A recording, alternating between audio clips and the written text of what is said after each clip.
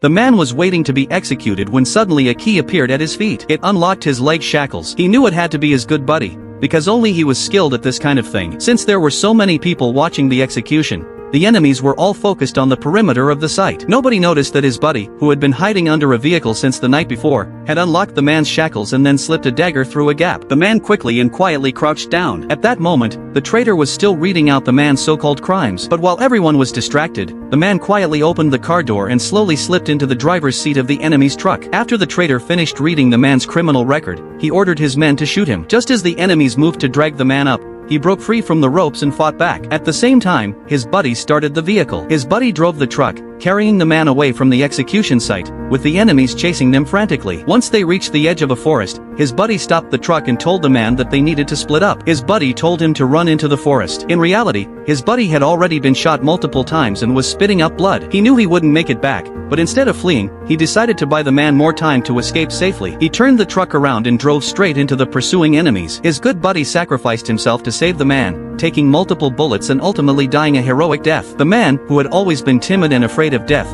was deeply saddened by the loss. 2 days later, the man arrived at his superior's secret room. His friend's wounds were no longer serious, but she still needed to rest there for at least another half-month. The man decided to stay by her side during this time until she fully recovered. One day, his friend suddenly felt extremely uncomfortable all over. She hadn't taken a bath for over a month since she was injured and wanted the man to find a way for her to take a bath. The man advised her to wait until she was fully healed, but she couldn't wait any longer and insisted on taking a bath right away. Reluctantly, the man disguised his friend as an enemy and took her to an enemy bathhouse. The owner saw a woman entering and quickly explained that the place only served men. His friend told her that she just needed a private room or could wait until the men left. But no matter what she said, the owner refused. Finally, the man pulled out his gun. And so, 10 minutes later, an awkward scene unfolded in the bathhouse. The enemy staff were tied up by the man with ropes and had grenades attached to them.